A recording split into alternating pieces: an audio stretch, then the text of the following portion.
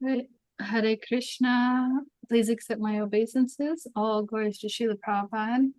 Thank you all for joining us this afternoon um, to hear from our devotee care representative, Nitai Prabhu. Very grateful for you to be here, Prabhu, today with us and to discuss establishing a devotee care office, something so important and so needed, and so glad that we're able to get the session going and help more. For those who aren't aware, Nitai Prabhu has been working for the past year or so, a little bit more, as our North American representative here for the Devotee Care Office. And he's been working with devotees all over the United States and Canada, establishing or helping strengthen their devotee care offices and all the different ways that that manifests at the temples. And so I'm sure he will get more into that and how you can join in all the action and the fun times and get going with your devotee care office. So thank you all so much for being here. If you are able, in a place where you can, please turn on your cameras because it makes it much more interactive and fun for the presenter to actually see who we're speaking of, and that's really nice to see all of your wonderful faces. So thank you all so much for being here. I'm going to hand it over to you, Nitai Prabhu. Hare Krishna, everyone. Thank you so much for taking your valuable time to be here with all of us. And so I'm just going to have a little technical challenge after signing on early to try to set everything up. Okay, it's my great honor and privilege to be here with all of you, and I'm so grateful that on Ekadasi and on a Saturday in the middle of the afternoon, wherever you are joining from, that you've taken your valuable time out to join this webinar on how to establish a devotee care office. And I'm just very grateful to Suniti Devi for all of her support, all of her guidance, all the hard work that she's doing behind the scenes to make things like this happen, as well as so many other things. And grateful to the North American RGB for being so supportive and encouraging to take up this initiative, giving space and time for these things to happen. So very grateful to all of you and grateful for the opportunity to speak. Before we begin, I would just like to recite the Mangalacharanam prayers. I find these prayers help me to enter into a nice space of taking shelter at the lotus feet of Guru and Gauranga and the Parampara and Lord Shri Krishna. So if you know these prayers, you can remain muted but join in. If not, you can meditate on the transcendental sound vibration.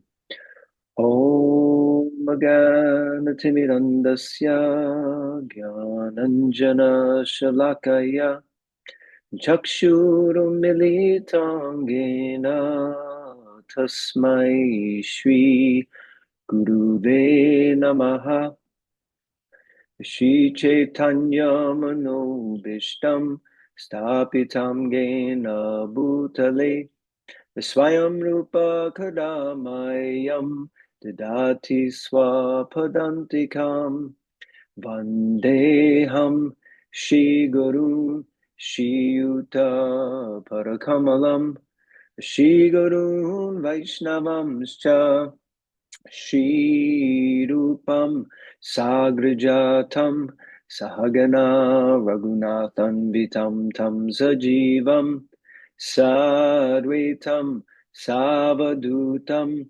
Parijana Sahitam Krishna Chaitanya Devam Shri Radha Krishna Padam Sahagana Lalita Shri Vishakanvitamscha He Krishna Karuna Sindhu Dinabandhu Jagatpate Gopesha Gopika Kanta Radha Kanta Namostute Tapta Kanchana Gaurange Radhe Vrindavanishwari Vishabhanu Sute Devi Pranamami Hari Priye Vancha Kalpatarubhyascha Kripa Sindhubhyeva cha Patitanam Pavanebhyo Vaishnavebhyo Namo Namaha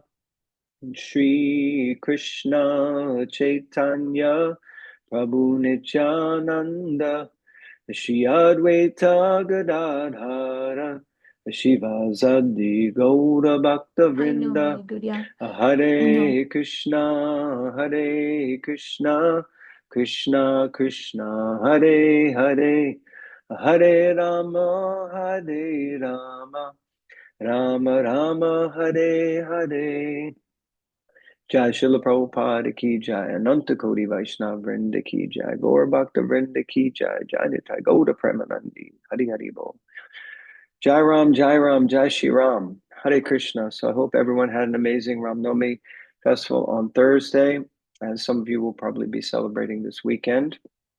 I'm again very grateful to all of you who have joined, and some of you may have just signed in a little bit later. So welcome to everyone. Thank you for being here. And I'm just going to share my screen, and we're going to get stuck right in as we have quite a long presentation. We want to have plenty of time for questions and answers. Okay, so just need to adjust this a little bit. Okay.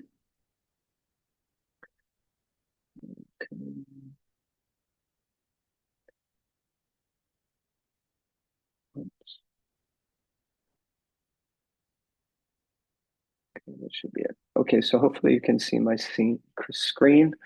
All right, and we'll go ahead and start. So thank you very much. This presentation is an attempt to be,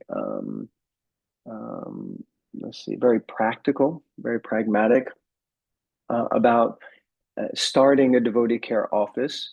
We've done lots of talks and courses and things about the principle of devotee care, the importance of devotee care, sharing different aspects of devotee care. And today we're going to look at really, I guess, what do they say? Put the rubber to the road or something like that.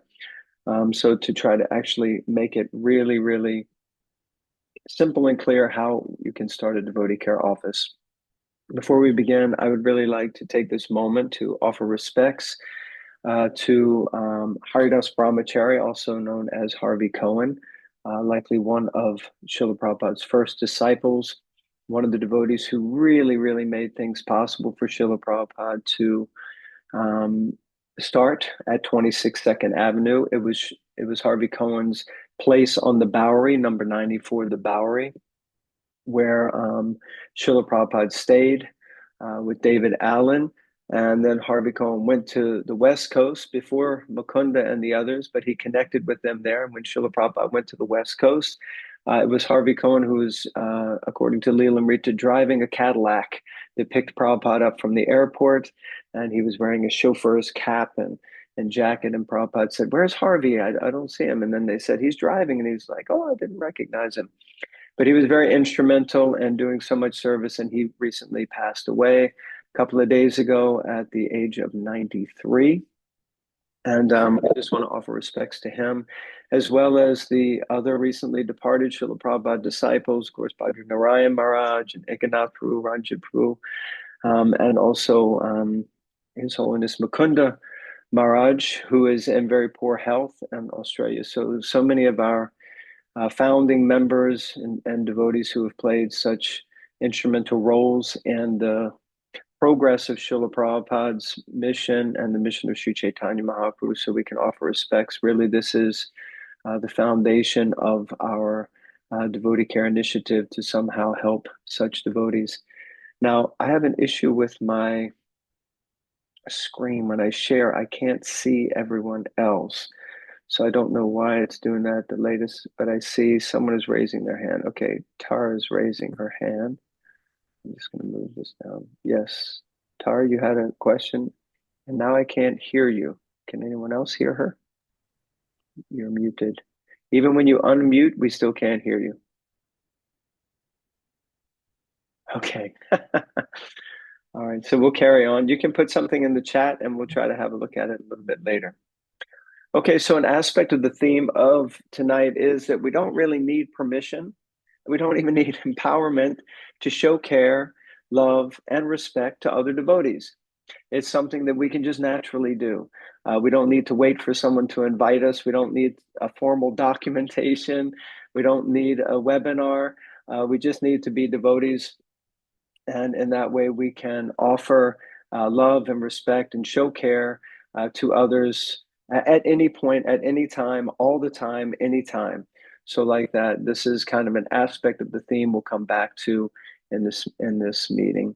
So, just to dive right in, um, there are, according to also, hmm, um, there are different ways to develop a devotee care office. I am gonna try something else because sharing this way is causing a problem for me. Just bear with me for one moment. Really sorry about this. There was an update on Zoom and it really messed about some of the things that I was doing. So, okay, let's see if we can do it like that. And then we'll hit play. All right. Still not. Okay. Anyway, we'll go back to the way it was. Okay.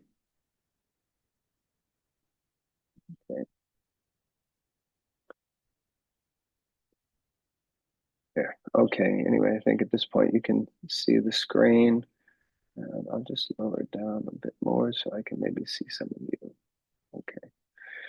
Okay, so there are different ways to develop a devotee care office. And I came up with four that we're going to discuss today. The first one is formally. You can formally establish a devotee care office. And this will be the bulk of what we've discussed today, how you can formally do that. And that is the ideal way. You can informally establish a devotee care office because, as I said, we don't really need permission or empowerment to care for others around us. We can informally establish a devotee care office, and then we can informal establish a devotee care office, which is more of like a professional offering. So the initial way is that we can formally really means that it's something that's formally connected with ISKCON. It's under the guidance of local leadership and the auspice of your local temple or center. So that means you're really working close in conjunction, in connection with your local authorities, within ISKCON, and within the temple community that is nearest to yourself. This is the formal process, and this will be the bulk of what we cover today.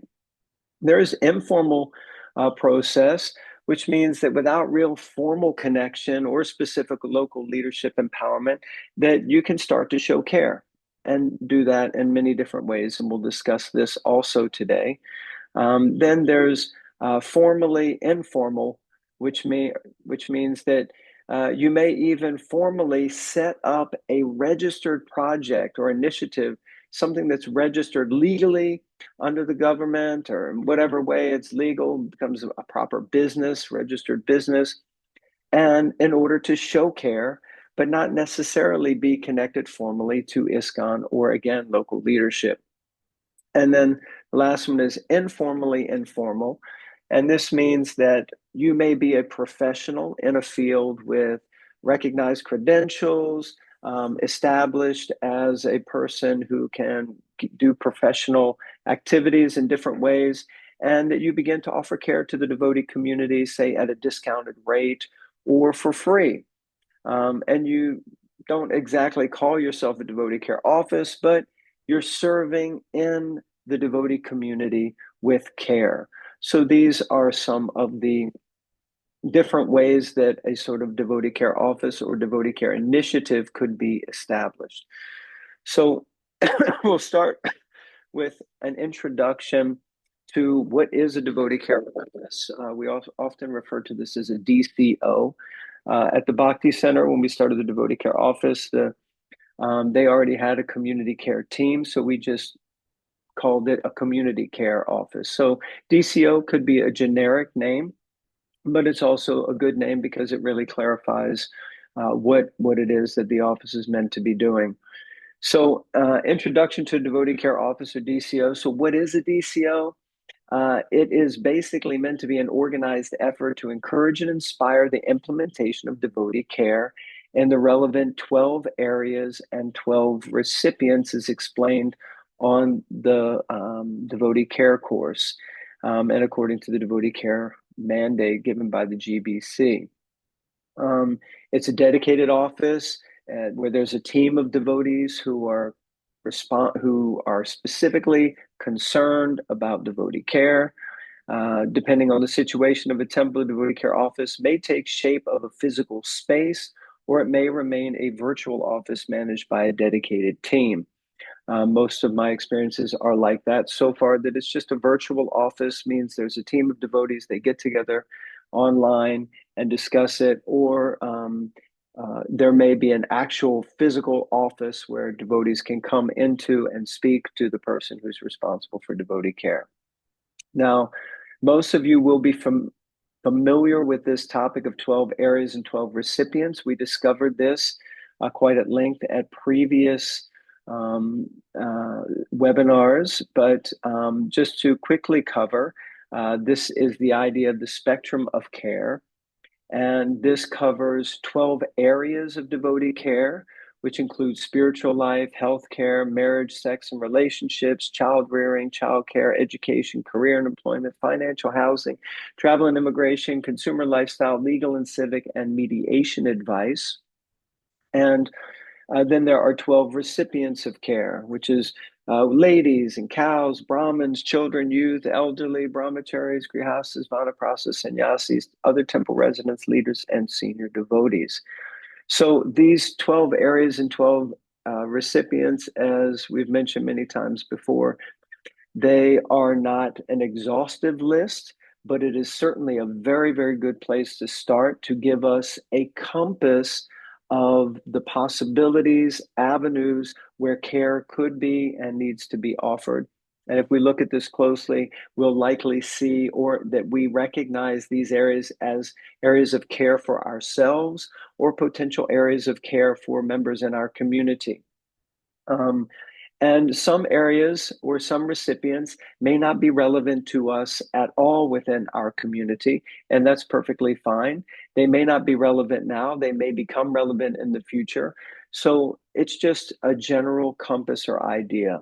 And the principle is that the 12 areas and the 12 recipients would overlap themselves, and there would be a matrix that gets created, which means that for each of the recipients, they will likely need the 12 areas of care in greater or lesser degrees or in different ways of application. And one of the understandings or ideas of devotee care is, in principle, devotee care is sensitivity. It means that we become sensitive to the needs, interests, and concerns of any individual in our community, because at the age of a 5-year-old and the age of a 65 or 70-year-old, your needs, interests, and concerns will be different. And the way that we apply the areas of care to each of the recipients of care will obviously be slightly different.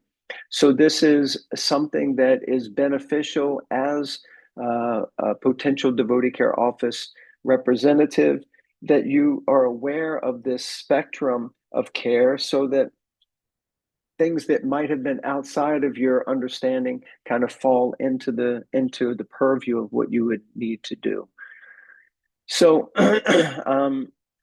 here is a rationale for a dedicated devotee care office, or why we think it's important that you should set up a devotee care office. So the following are reasons that a temple needs a dedicated office instead of just letting devotee care be undertaken in a sort of natural or familial way, which is also fine in one sense, but the more organized, what is it that Vaisheshika Prabhu says? Yeah, basically, we need to get organized. And Prabhupada said that our movement will go on by organization and intelligence. So the more organized that we are, the more that we're planning, having some strategic perspective on it, creating and building teams to move things forward, then likely the more impactful it will be. So there are 4 different areas that are discussed here: values and principles, So a devotee care office encourages the embedding of core values and principles of devotee care across various activities of the temple in a systematic manner. Responsibility, a dedicated devotee care office with trained and identified representatives can take responsibility to address concerns regarding a lack of devotee care in consultation with the temple leadership and management as appropriate. Organization and resource mobilization. A dedicated devoted DCO can better mobilize resources towards educating every department, inspiring various leaders and the community, and facilitating implementation of various devotee care initiatives. Efficiency and speciality, DCO supports the temple management leadership by properly creating pathways between caregivers and devotees in need of care. And in summary, the Devotee Care Office will impact on many levels of ISKCON, individually, locally, temple-wide, regionally, globally. Thus, the DCO will enhance the experience for all parties while proactively minimizing risks, including devotee conflicts, congregational fallout, reputation issues, etc. So these four areas are very important for helping us to understand how Devotee Care Office can assist and help. Specifically with values and principles and understanding responsibility, that we can see how actually devotee care should really permeate every department of any temple or center, initiative, project, whether it's a farm community or whether it's even a restaurant, or a gurukul, a goshala, whatever the initiative is. Really, we should see that whatever we're doing, we're trying to do it with care, conscientious, and sensitive to the needs of the persons that are the devotees that we are looking after or taking responsibility for. Also, depending on what the resources are that we may have at our disposal, the more organized that we are, the more likely we'll be able to facilitate more devotees and actually implement more initiatives for devotee care. So like that. And then efficiency and speciality. That means that if there are devotees who have a specific need, then we're able to also help to find someone in the community that is able to provide the certain different types of care that they need. Now, as we say the word care, I really would like for you to bear in mind that care is not just dealing with devotees who are about to leave their bodies. Care is not just dealing with devotees who are sick. Care is not just dealing with devotees who are elderly. Care is across all of these areas, which means in grihastha life and education, career, travel, housing, finance, legal, and civic. So all of these different areas are areas where devotees really may feel like right now I need some care in this area. Things are not working out for me. And if there's some disagreement, then of course there's also the path of mediation. So like this. So moving on to the next. And because I can see you, Suniti, on my screen and a few on the top level, but I can't see everyone. So if anyone does have a question or if anything comes up in the chat, if you just raise your hand and welcome that person to let me know. Okay, so the scope of work of the Devotee Care Office. So here are some of the principles in the way that a Devotee Care Office would work, with a focus on education, which means creating teams and the founding principles of devotee care through systematic programs. So it means that, like we mentioned in the previous one, that we try to educate each of the departments about how, whatever, as a pujari, well, how is devotee care related to the pujari department? Well, the devotees, the pujaris are dressing the deities every day, caring for the deities. Also, so because the devotees get to come and do service in the deity department. Devotees get to come and have darshan of the deities. Devotees are coming to cook for the deities, those pujaris who are cooking. They're cooking for the deities. They're also, that is going to be served to the guests or to the other devotees. In one place, it's described that if you're a pujari and you're on the altar, and a guest comes into the room, then and there's no one there to greet the guest, that you should leave the altar and you should go and see to the guest who comes into the temple, understanding that they are Krishna's devotee, they're Krishna's personal guest, and they should be welcomed and treated nicely. So in this way, we can see that Krishna, he really cares for his devotees. He cares for those who are coming closer to him. So in every area, there should be education um, of this principle of devotee care, so that it begins to really become embedded and permeate our culture naturally. Of course, the culture of Vaishnav Seva is one that should be permeated already within our society. But we understand that these things aren't always so natural. They're things that we have to be reminded of, things we have to be trained to do and educated to do. Viability, devotee care operates in such a way to not be burdensome either financially or operationally, but rather complement and support local projects. So depending on the leadership of a local initiative, then they may or may not have the funds to really support devotee care in the beginning, but at least there can be some devotee care initiatives that can be begun and done in a way that's not like we're requesting. It's always the main issues with any temple or project is money and manpower. So in a way that it doesn't become taxing or burdensome or off-putting for the leadership, but that they actually see that this is an area and a department that is really adding value and making a healthy contribution to the community. Collaboration. The Devotee Care Office collaborates with the local leadership and various departments within the temple community to maintain harmony and generate proactivity. So the idea is definitely one of collaboration.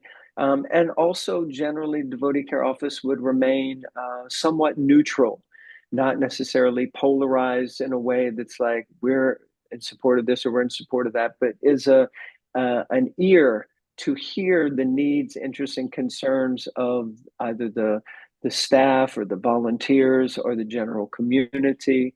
And at the same time, understand and hear from the management or the leadership or whomever it is in the community. What are the challenges? You can see in the list of 12 recipients that leaders is also there as one of them.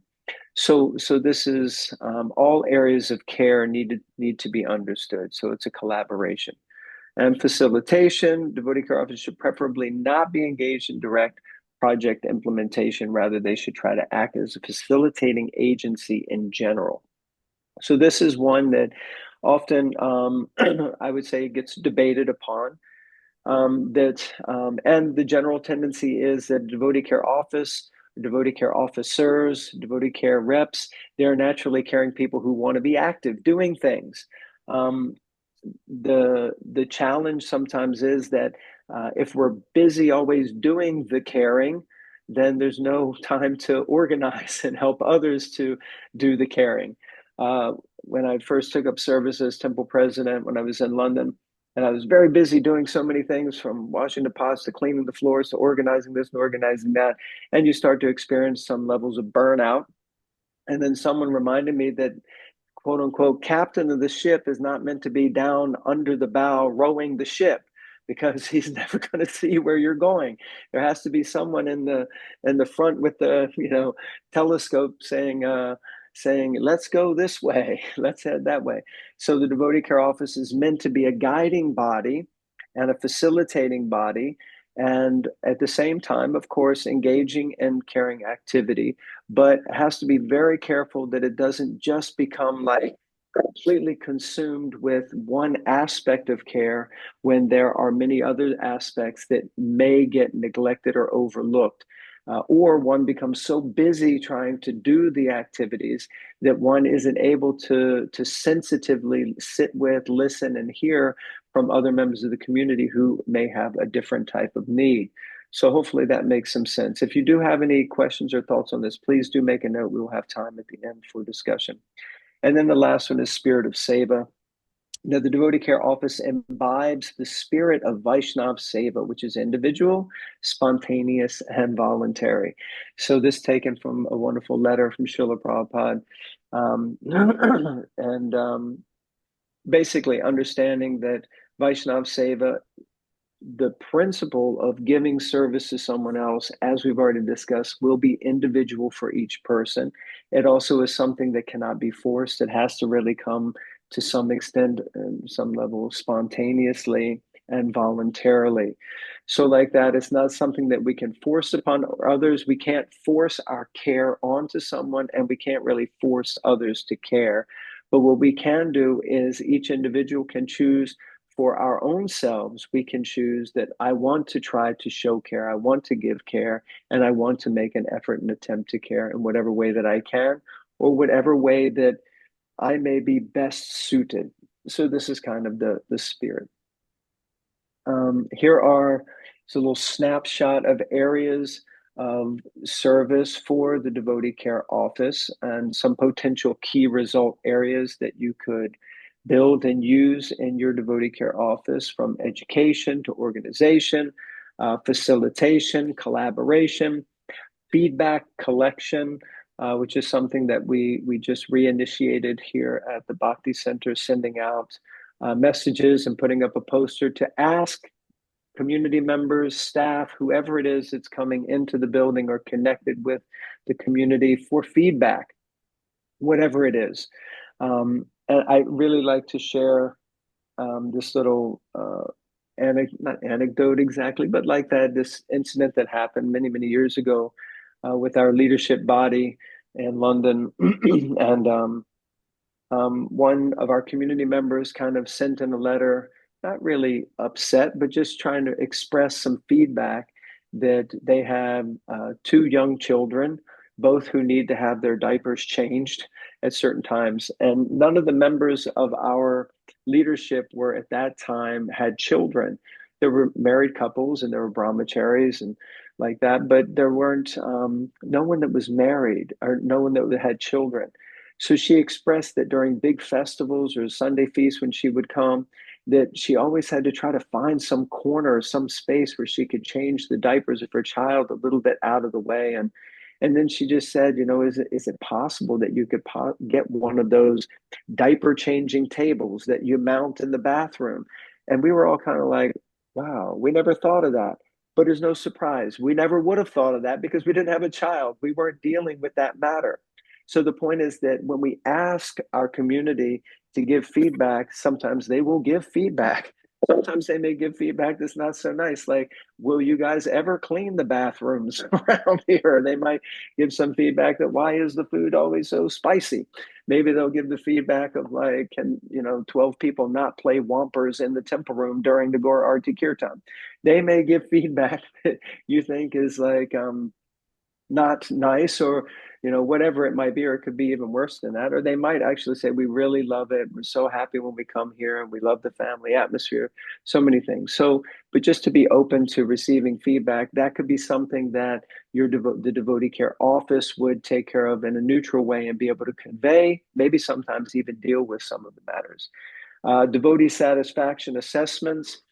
This is something quite interesting also that's been done in different places, where you literally create an anonymous survey and you give it to your brahmacharis, you give it to your brahmacharinis, you can give it to your leaders, to the directors, you can give it to anyone in the community. You might have your volunteers, and just really get them to rate you on a scale of 1 to 10 in different areas and see how satisfied they are with the service that we're meant to be providing for them. Team building, creating team building exercises, having community outing days or leadership outing days or whatever that may be, volunteer days, communications and reporting. This may be just sharing good news. I love it that Vaisheshika Bruce, he has this GNAB, the Good News Action Broadcast. He's always encouraging, let's spread good news because bad news spreads so easily. So let's give out some good news. And then, of course, financial management. Not that the Devotee Care Office takes up the financial management for the temple or a project or initiative, but actually within the Devotee Care Office, there should be someone who knows how to handle finances, because hypothetically and hopefully more funding would come to the office so that the office is able to deal with Krishna's Lakshmi appropriately and be transparent in their dealings. So like this, these are some key result areas. We look at staffing or building the team, then there are a couple of different models that could be approached. And again, this is not exhaustive, but just as a guide that in general, the DCO would report to local leadership, which could be the temple president or a management council. Devotee Care Office may follow either a hierarchical approach or a council approach. So you may have a Devotee Care Office head or Devotee Care Office leader who may be appointed to lead the effort. And then other members are engaged to directly assist and work with the devotee care head. Or you could have a council approach where there are maybe 3 or more senior members from the local project or community that form a devotee care council. And those members could represent at least the major sections of the local project community.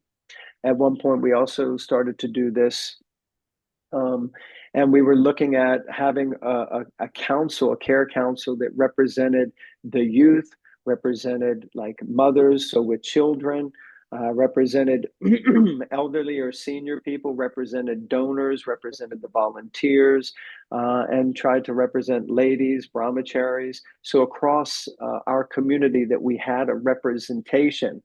So that we could hear the voices of all these people, and they could also go out and specifically reach back into them. So these are 2 potential structures for staffing the Devotee Care Office.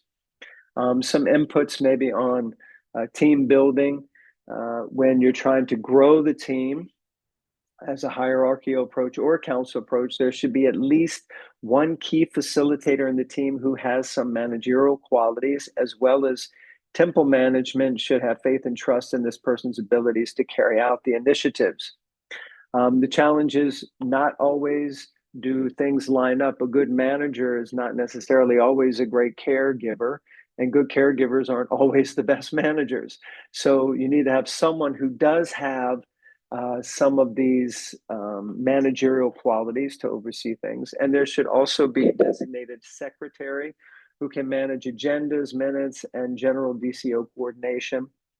I remember we taught the devotee care course in one temple, and we discussed a principle like this, and it was with many of the leaders of the temple, and they said, "Oh, okay, so we should have someone who takes minutes." And I was thinking, "Yeah, how do you keep continuity?" And they said, "Yeah, we often don't. Every meeting we just discuss a whole bunch of things, and then the next meeting we discuss a whole bunch of other things." And I thought, Lord have mercy.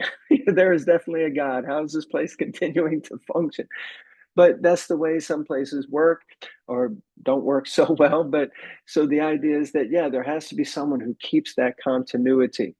And then there should be one or more devotees with good interpersonal skills, especially empathic listening skills, and a good amount of time at their disposal to facilitate work with the local leadership and various departments.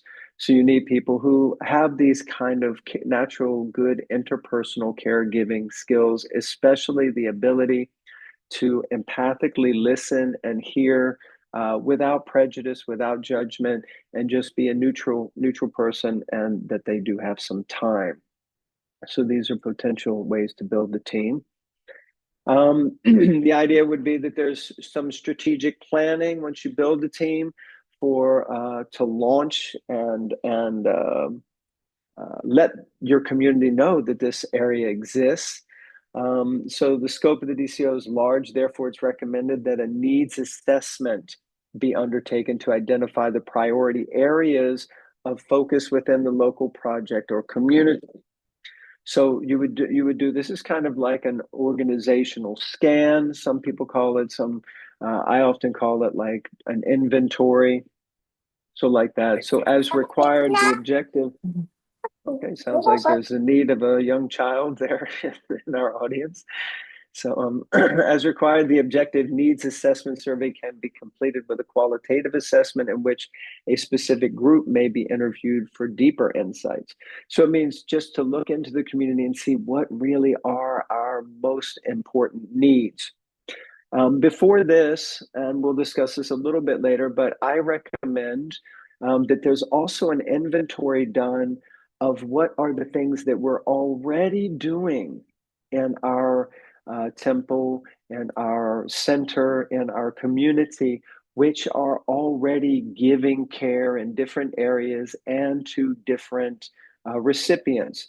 So this is really, really important for us to also understand that we are already doing some things, not that we come to the principal of the Devotee Care Office and think we're not doing anything. For sure, even if there's just a Bhagavatam class, that is spiritual care that's being given. If you have some brahmacharis and they have a place to sleep and they're getting fed, that's also care. So there are so many things that we may already be doing, taking care of the deities and having a temple space for devotees to come and get spiritually nourished at the very basics. So it's good to do an assessment for that purpose as well. We'll discuss that a little bit more later. So then guidelines for ongoing communication. So once you've established and launched, built the team, then the Devotee Care Office is expected to maintain an environment of trust and credibility within the devotee community. And to that end, regular communication channels need to be established in different ways, some of which might include having monthly, quarterly newsletters, social media, mentioning the activities of the Devotee Care Office for the period under review, fund utilization information in case the DCO has raised funds. So again, keep creating transparency so that trust is ensured. An annual report maybe you have, or a magazine. Again, social media reflecting Devotee Care Office achievements. This principle of sharing good news and communication. And then also with the Devotee Care Zonal representation and the directorate, to facilitate the success of local devotee care teams in various ISKCON communities, the Devotee Care Directorate has set up various zonal or national representatives. So the relationship between the local DC team and zonal DC team will be crucial for overall success of the devotee care mandate in ISKCON. So the idea is that we have local devotee care offices, like I see Anasuya Devi, she's there in Harrisburg.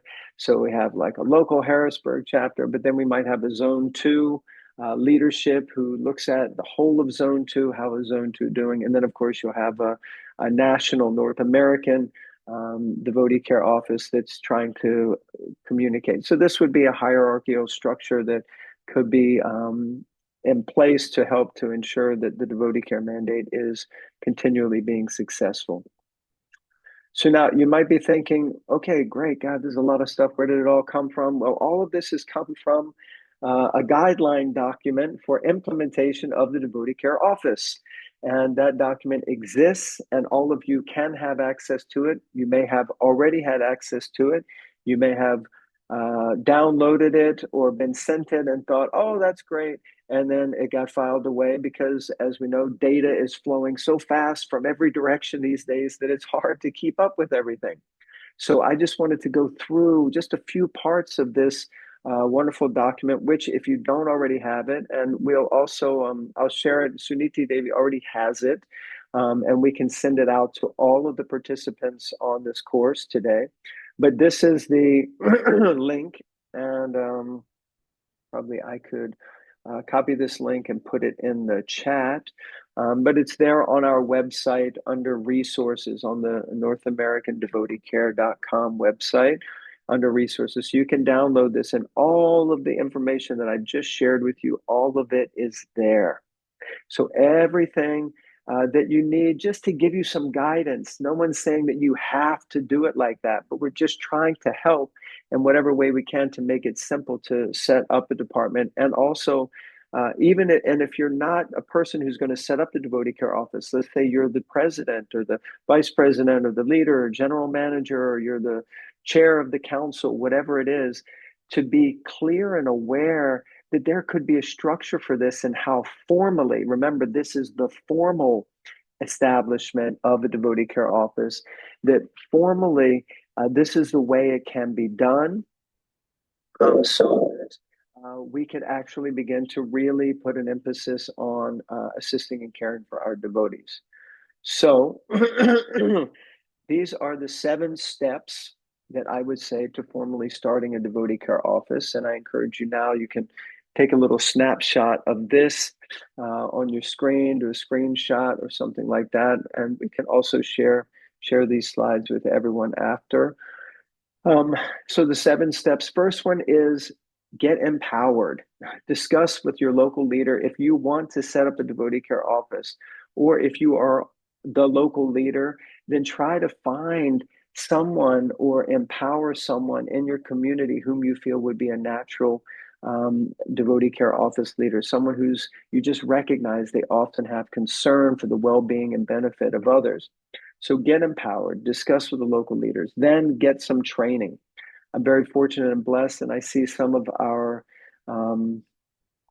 devotees who've gathered here today are part of the Zone 1 Devotee Care course training session. We'll be doing that this evening, so they'll be tortured by me for close to 3 hours today.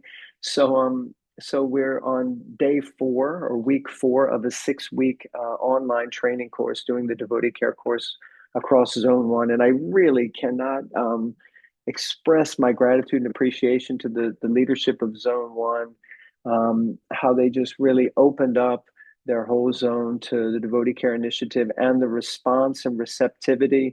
In fact, Zone 1 set a goal that by the end of 2026, there would be a devotee care representative or devotee care office in all 30 of their centers across Zone 1. And this is, just phenomenal.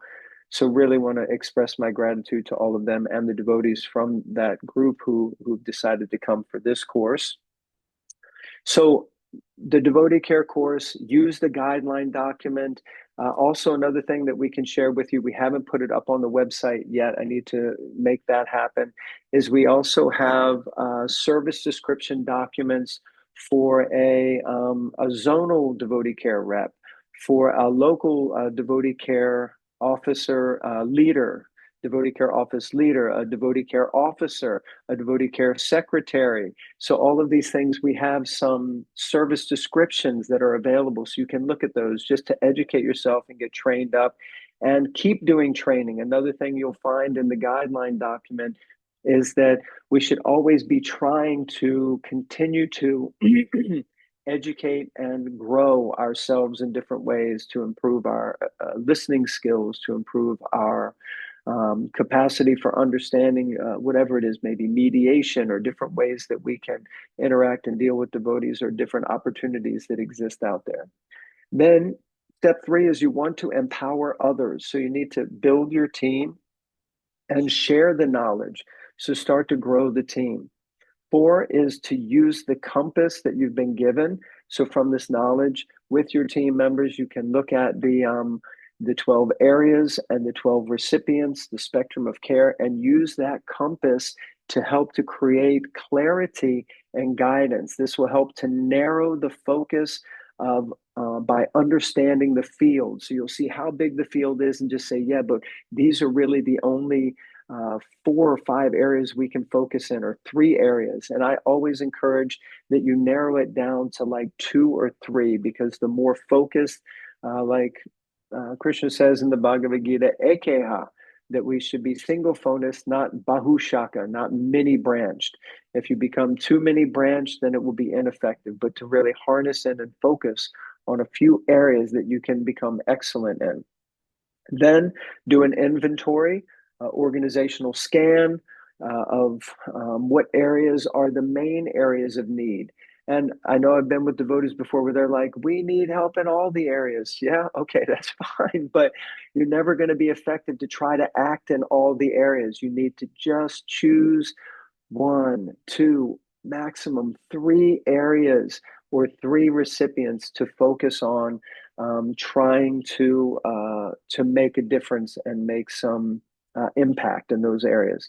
Number six is to actually set your goals, to make a plan, get that plan um, endorsed by the local leadership, inspire them that we're going to start doing this, we're going to start doing that, and and get that plan endorsed. And then number seven is start chasing the rhino. As Sham Sundar Prabhu says, he loved chasing rhinos with the Swami. Every day was an adventure. Every day was exciting.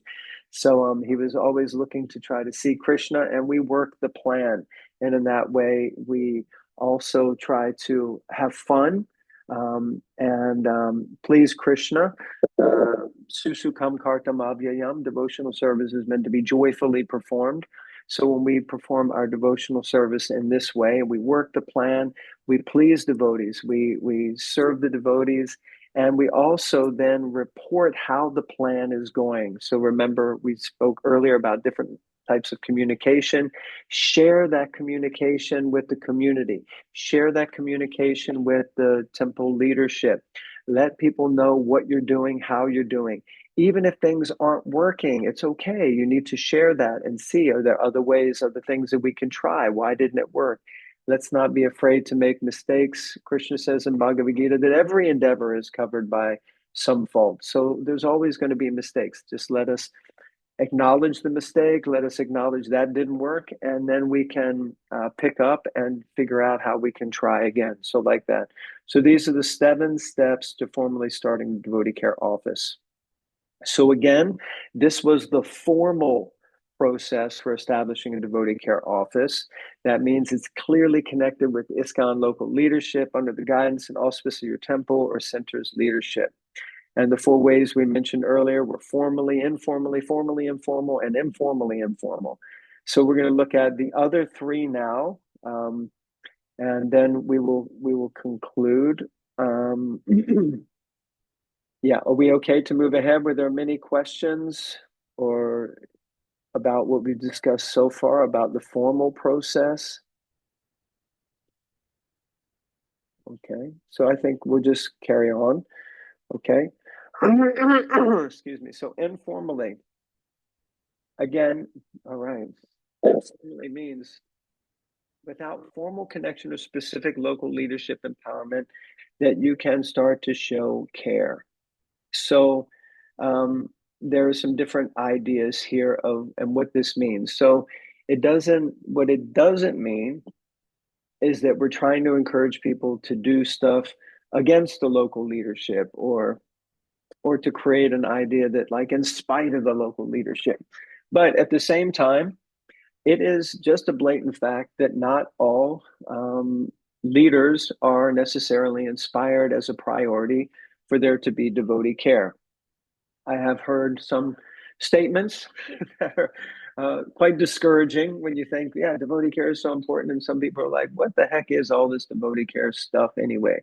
You just work hard for Krishna, go to sleep and get up and do the same thing the next day. It's like, and that's fine. Exactly. That's a mood of service that we should have. But at the same time, in our community, there's nothing that prevents us from showing care or giving care. So I was thinking of some ideas. Again, the list is not exhaustive, but there are many different ways in which we could informally establish devotee care in our community. These are meant to not all appear at once, but to pop up one at a time, is not to bombard you with the screen. So I'm sorry about that. But we can personally take some training. Yes, Suniti, you raised your hand. Hare Krishna. In the chat, someone's asking guideline document for Devotee Care Office implementation. Are you referring to the Devotee Care course handbook? I believe the answer to Nope. that is no, but I'll let you elaborate. Okay, so yes, it's not the Devotee Care Course Handbook. This is a different guide document, which is specifically for establishing a devotee care office. That was the link that I gave here, and I don't know if it's possible to copy that or find that, Suniti, on the North American Devotee Care website. Under resources, it says DCO document, and then just drop that in the chat. I see another hand raised, and but I can't see your name, Prabhu. Hare Krishna, Prabhuji. My name is Sundaranand Das. Haribol Th Thank you, Sundaranam. Prabhuji. Thank you for your service. It's Thank interesting and you. exciting also. And I don't know how it is not overwhelming. That I'll find out. Uh, so I'm reading through the guideline document that you shared earlier. I think it was shared in the group. I think that's how I came to know about it. So in Hmm. the guideline document, it talks about devotee care course handbook. So is that also available? The Devotee Care Course Handbook is available, and the preference is that you get the Devotee Course Handbook when you do the Devotee Care course. That would be the ideal situation. Got it. Otherwise, it's definitely useful, but the point is that like I could get an accounting handbook and go through it a few times. It doesn't necessarily mean I'm an accountant unless I go and do a course and they kind of certify me. So the point is that this document for establishing a devotee care office is standalone. Doing the devotee care course, I would say, is really, really fundamental and valuable and important for helping your community to get a grasp on the importance of devotee care, the basic principles of devotee care, and also uh, having an atmosphere where the whole focus of the conversation for a few days is just literally about how to care for devotees. So it's very valuable.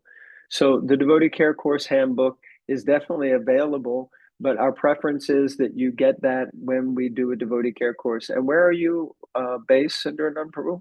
In the Baltimore, Maryland, Prabhuji.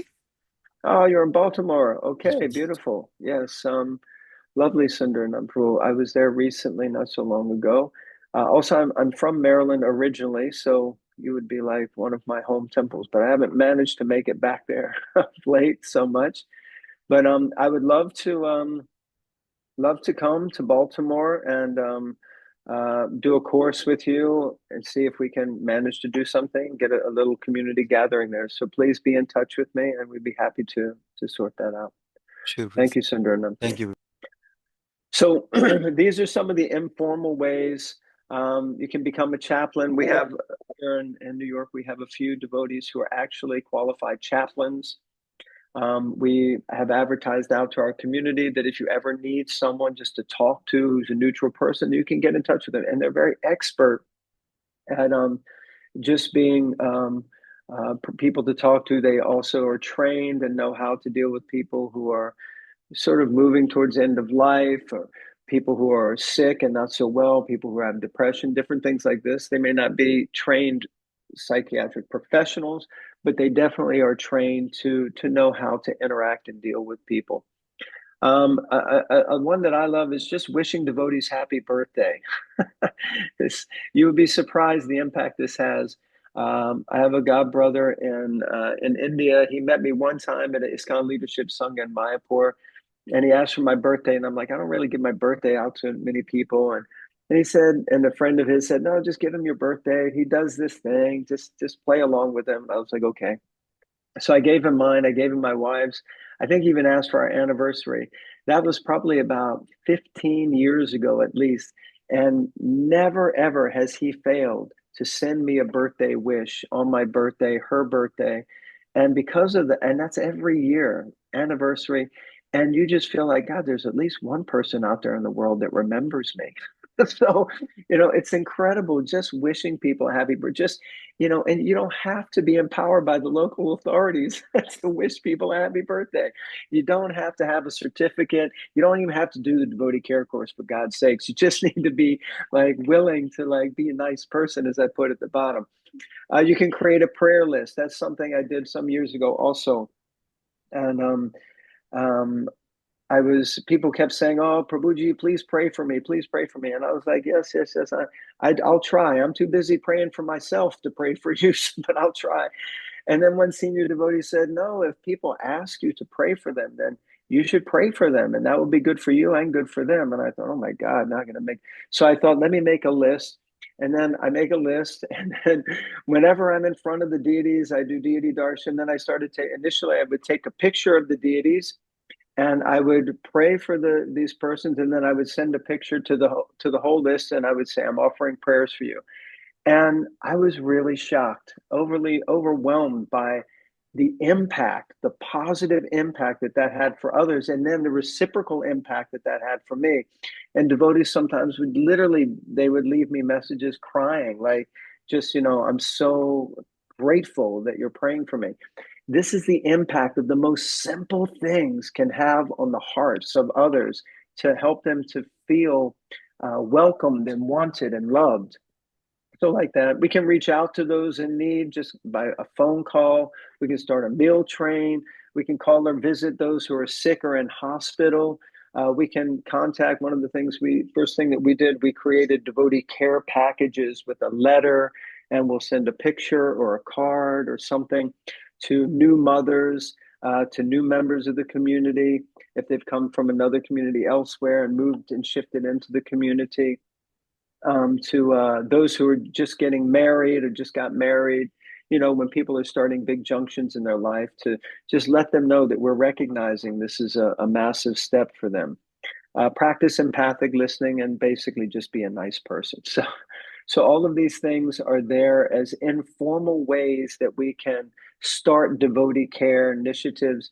You can be a walking devotee care office yourself if you start doing all of these things, and it will be amazing what happens around that. And if you start formally a devotee care office, this is a list of things that you can also still do in the devotee care office formally. So the next one is formally informal.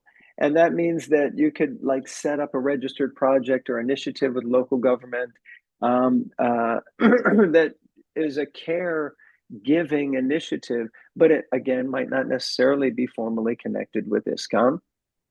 And some ideas of this, although some of these are clearly affiliated with ISKCON, but like Karuna Care, Mother Rambaru was just so inspired to show the care and give the care that she has been trained to do, that she started this Karuna Care initiative. Of course, that is definitely symbiotic, as is Bhaktivedanta Medical Association, as is our ISKCON Resolve.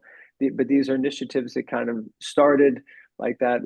Seva Care, I think we have some devotees here, started a South Care, which was a project that was set up, maybe initially not running so directly connected with the temple, but now functioning like that. I know devotees who set up prasadam distribution projects, and then they're using that prasadam distribution to make sure that they can get meals to people who are devotees who are in need, devotees who are in hospitals, devotees who are in different places. But it's actually a set up formal food, quote unquote, food distribution, meals on wheels type of initiative. Set up a Goshala project. Remember, cows are also one of the recipients of devotee care. So you could just set up, if you have some property, just get one cow, a retired cow, and look after that cow. That's devotee care initiative, and it could be formally set up. And then devotee care friendly child care. Someone might set up a place for children. Now, of course, these things should all be done according to proper local legislation and done with some accreditation. And it's not that we are trying to endorse anyone over another one. Devotees should take time to look through and find these things to get help in these areas. One of the things that we set up again at the Bhakti Center in New York is we created something called CareNet, and it's on the website. If you were to Google Bhakti Center CareNet, and I'll share a link with that also. But we tried to come up with as many different, all secular and non-secular initiatives that are happening. So anyone in the community that might need help with different things, that they can go to this one place as a resource. And some of them are like devotees who do astrology, devotees who are trained in career dharma. And then you have the local New York, whatever it is, this hospital or this psychiatric place, or this care home, or this abuse place, or that. So things that are also there from the government. So like that. So just trying to create ways that devotees can feel cared for. And the final one is informal. So this means that maybe you're a professional in a field with recognized credentials, and you begin to offer care to the devotee community at a discounted rate or fee.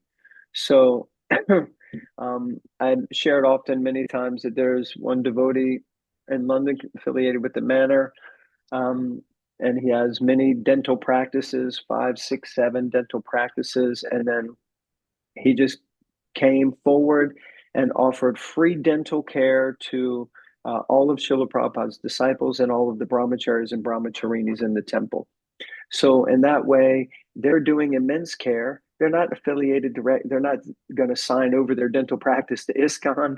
They're not going to formally align with the leadership or something. They're just dentists who are ready to offer dental care.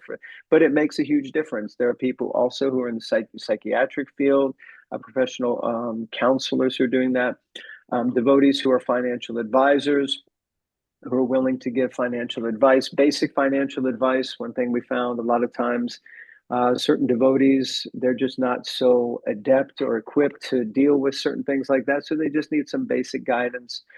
Astrologers, handymen, immigration lawyers, real estate agents, mediators, marriage counselors. So all of these different things. And of course, ISKCON has many initiatives that are already looking after and caring for many of these aspects. You know, we have the Grihastha Vision Team, we have ISKCON Resolve, we have Karuna Care, so many different areas that we've discussed in many Bhaktivedanta Medical Association. So like that. So in conclusion and a recap, just remember, you don't need permission or empowerment to show care, love, and respect to other devotees. It's just the most simple, basic thing. We can just care for people. We don't have to have a full-fledged devotee care office to care for others. We just need to start caring. And that's basically it. And these are the 4 areas or ways that we could develop a devotee care office: formally, informally, formally, informal, and informally informal. And I think that is it. I can conclude there. I just wanted to get through the slides and then open it up for some discussion and see if devotees have anything they would like to share. So thank you very much for staying awake and attentive while I was giving the talk. And I'm very grateful to you all for being here. And there's some things in the chat. Should I pick up on anything in there, Suniti Devi, or is there anything in there that you, okay. Oh, great. You shared the CareNet and the Devotee Care Guidelines document. Beautiful. All right. Sundaranand Prabhu, again, please. Hare Krishna Prabhu. Yeah.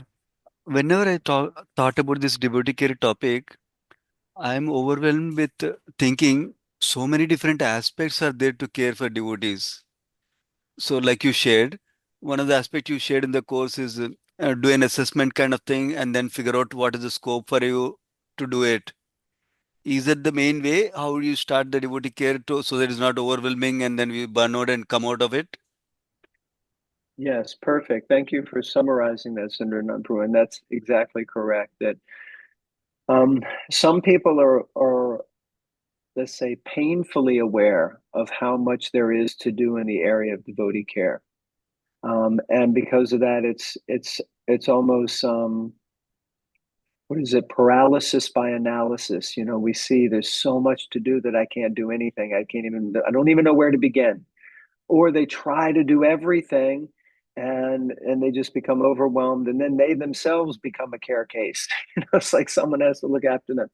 So the point is that yes, we should be aware of the breadth of what is there and what are the needs, but we really just have to choose 1 or 2 to initially focus on and try to make some progress in that area, whatever it is.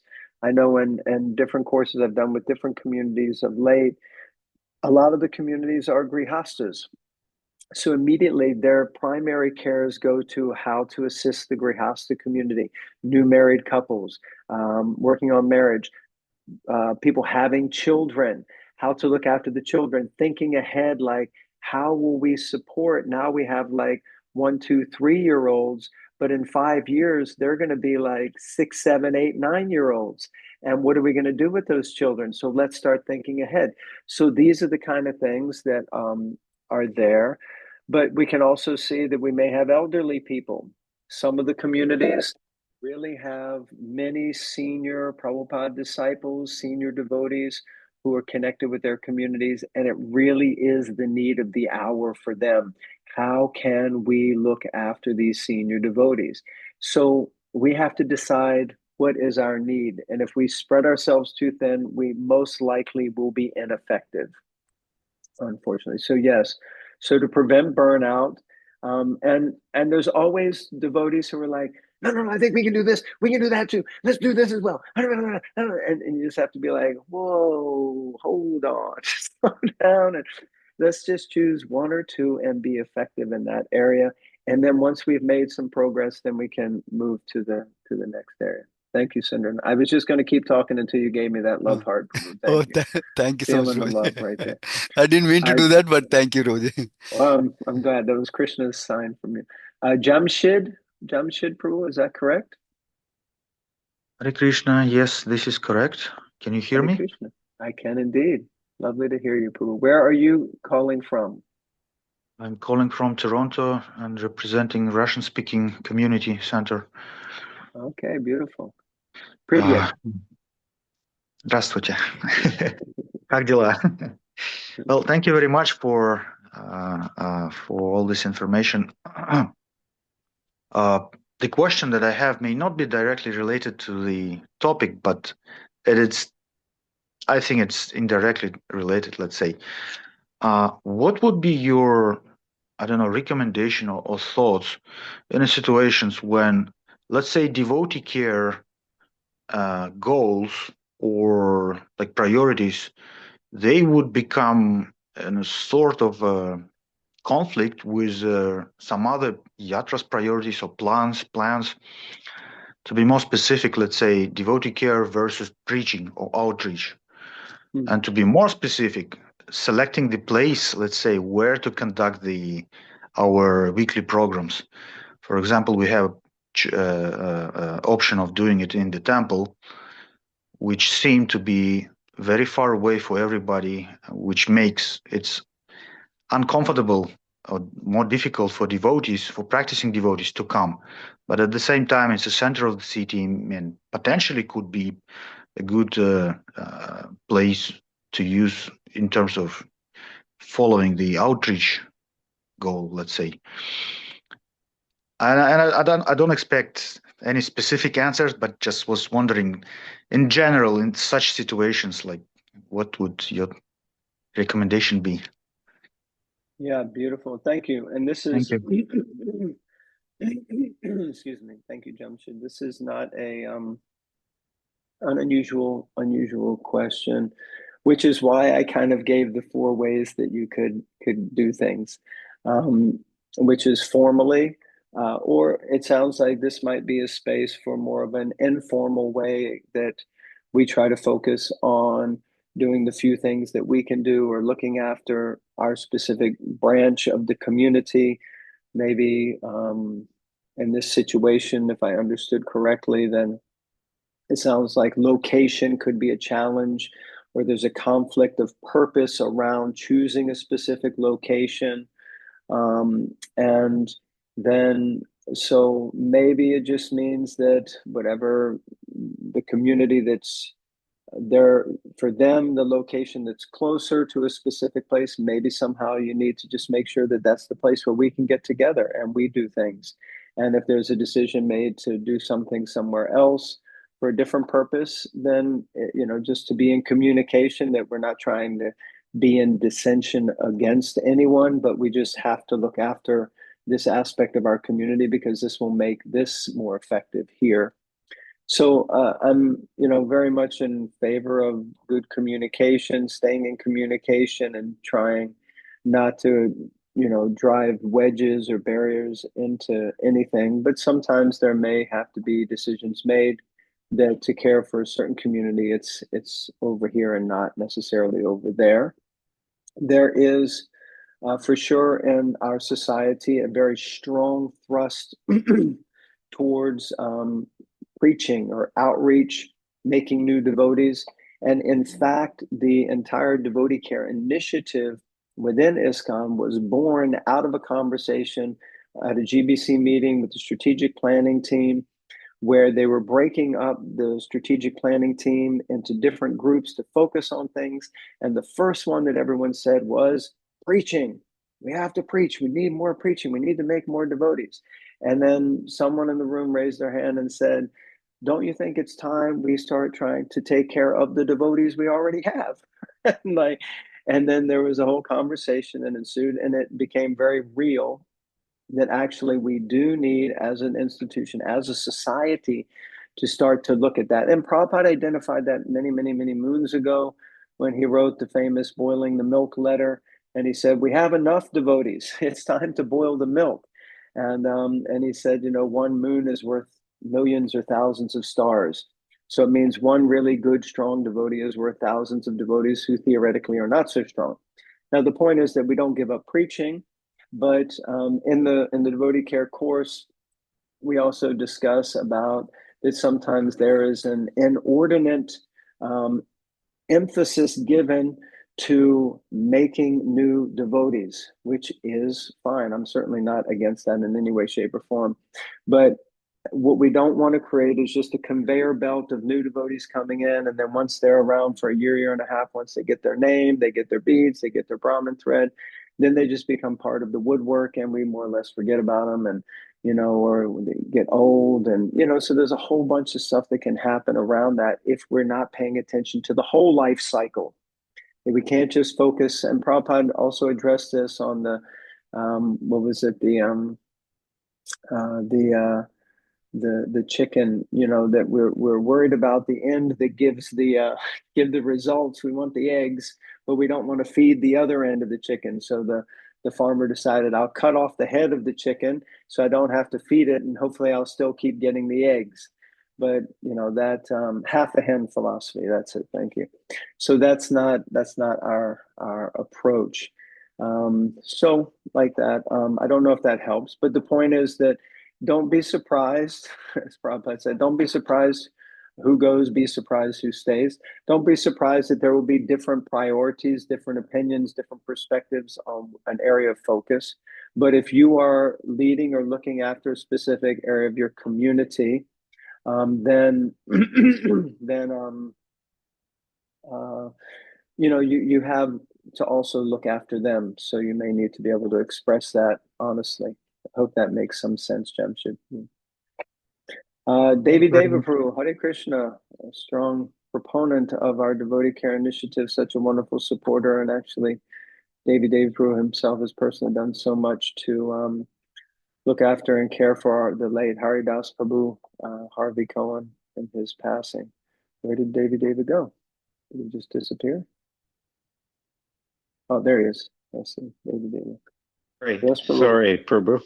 Hare Krishna. I just wanted to comment on a couple things, and Yeah. of course, thanking you for all your wonderful work and keeping me engaged along the way.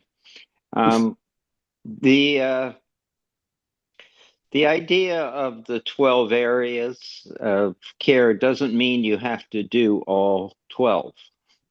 What you have to focus is on your local area may only have 2 or 3 areas, and doing them well is better than trying to be, trying to help everyone. And like Nitai said, that even if you're a referral, that you can, somebody may only have one need once a year, and in your community that, it's a rare need, or it's a immigration, or it's a childbirth, or it's something. So you can still work on needs as they come up. But I think the other is we all have various size communities, some of them very big, and promoting this consciousness of caring, getting your community to think about caring about each other, even themselves in their own community, members of, you know, sometimes you go to the temple and there's 400 or 500 people and it can just be so impersonal, you know. But just saying hi to somebody can also show or building a relationship with the person you sit with prashadam all the time. Just paying attention and being aware of these little things go a long way. But in looking at, you know, in set a goal. In 2 years, we want to be here. In 3 years, we want to be here as a devotee care office. We want to grow it and make, because there are a lot of people in the community, if they know that there's a way to help, that it's an open door and they can help. And you know, anyway, I just wanted to say that. Wonderful, beautiful contribution, Prabhu, and thank you. Thank you very much. And thank you for being so enthusiastic and driving this. And probably if it wasn't for David Prabhu, we wouldn't be here in the US trying to do the service that we're doing here. So thank you very much, Prabhu. Very grateful to you. Well, one last thing that in the end, Prabhupada said, organization and intelligence. I'm convinced we have a lot of intelligence across North America, great amount of intelligence, and we've only in the last basically 3 years really begun to start getting organized. And I want to recognize Aniti's role in all of that with the RGB. And I just pray that one day we will be known as a society of caring and a society that's organized.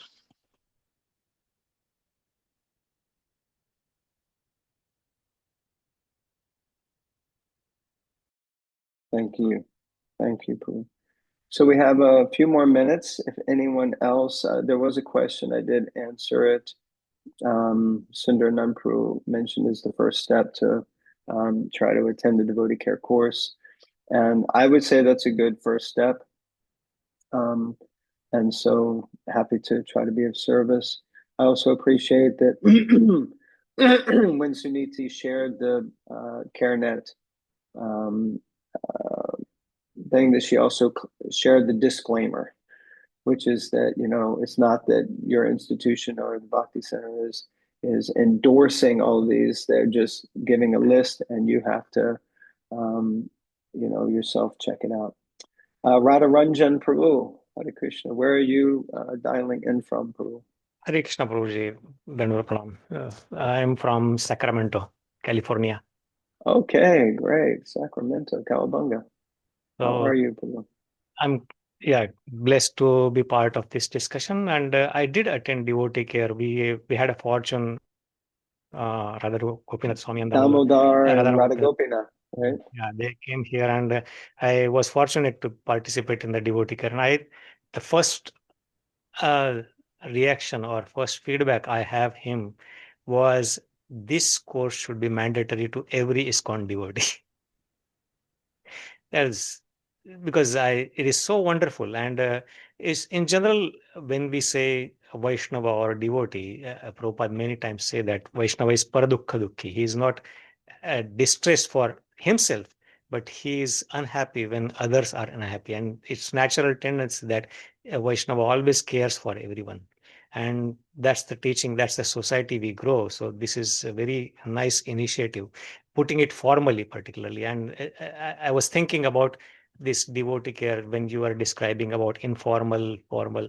So in general, everyone who comes to the temple here or the community, we always try to take care of them, and we try to make sure, irrespective they are coming for many years or irrespective they come for the first time, we always want them to come and be comfortable and be happy in the community, because they are Krishna's devotees. And so, but putting this formally together really helps kind of organize our thoughts and making sure that we don't left out anyone, or because everyone has different needs of care.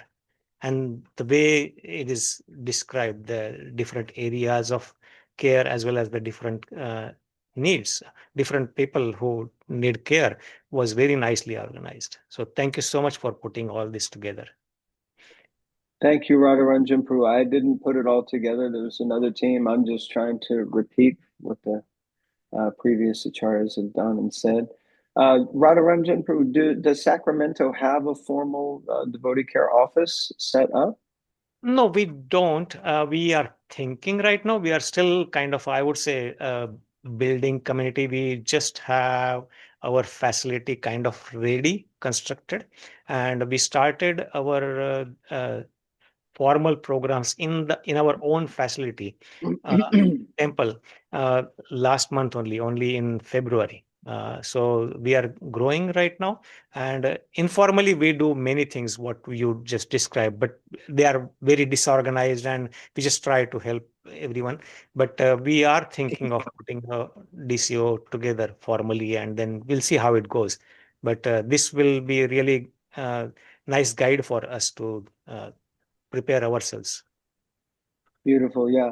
Even if you don't have a formal facility, the principle of devotee care lays such a wonderful foundation on which to build any community. So just as a point, I'll take Srini and Prabhu and then try to answer. I see a few questions popping up in the chat, and then we will conclude after that. Srini, Prabhu, where are you Yeah, calling thank you in so from? much, Prabhuji. Thandavat Pranam. My name is Sarvagna Govindadas, Prabhu. It's uh, Oh, yeah, Sarvagna Govindadas. I am from Sarvagyan Dallas, Govinda. Prabhuji. I am Dallas, Texas. So Okay, Dallas. yeah, we are actually like starting the new temple over here in Frisco. So it's called Gita Mandir right now, but planning to become ISKCON of Frisco very soon.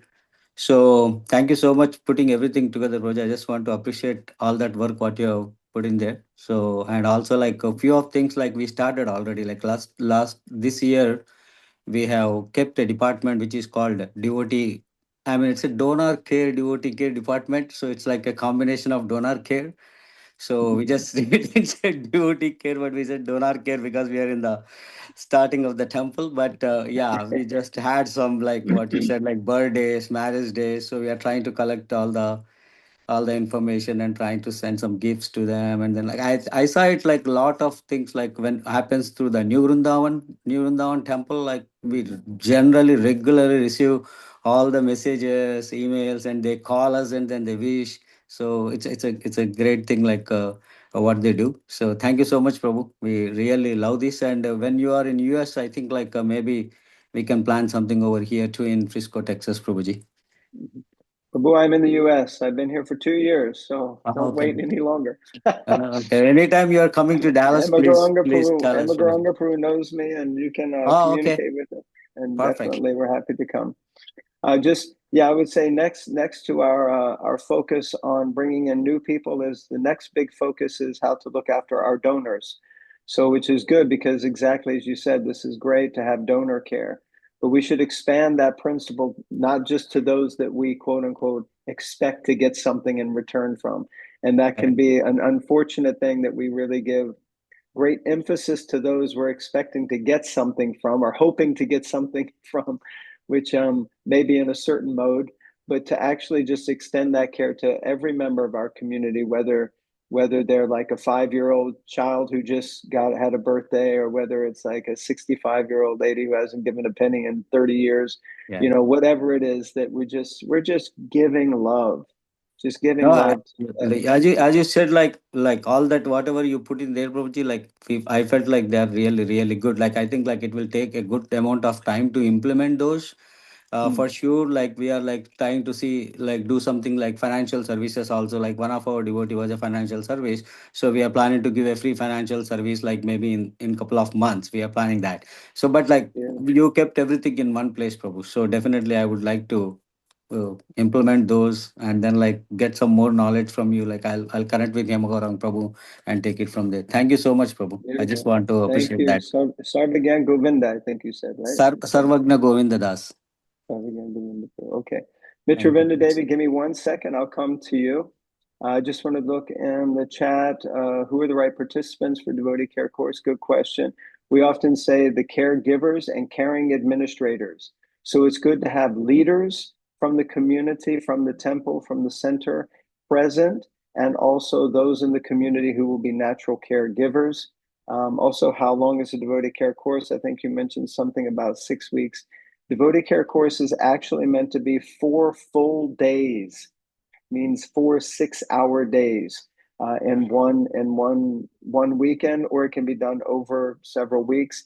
For Zone 1, we're doing it on Zoom. But as I'm doing it each week, I'm just wishing I could be there personally with the devotees, because the way we do things in person means you break into groups, you do activities together, you do skits together, you create documents, you collaborate, you communicate. It's really a whole experiential course. So, but we can do it as a second best online, but if we can come and do it in person, best. Any prerequisites to take care, to attend the devotee care course? So I wouldn't say there's really any prerequisites. Do we have any systems also available based on best practices to organize devotee care office at temples as we set up? Yeah, so this was a preliminary idea of how to set up a devotee care office. And I'm just planning behind the scenes with some other devotees that maybe our next session with Suniti will be to have a few different devotee care offices that have been set up to come on and also share what they've done, how they've done it, and what they're doing. Please share my contact info so you can reach out to potential devotee care course in Baltimore. Okay, and Suniti Devi, you can share whatever is the normal contact that I would give out. I can't remember, I have too many emails. Mitravinda Devi, if you could please let us know. And I think, if I'm not mistaken, where you're Philadelphia, where are you? Hare Krishna.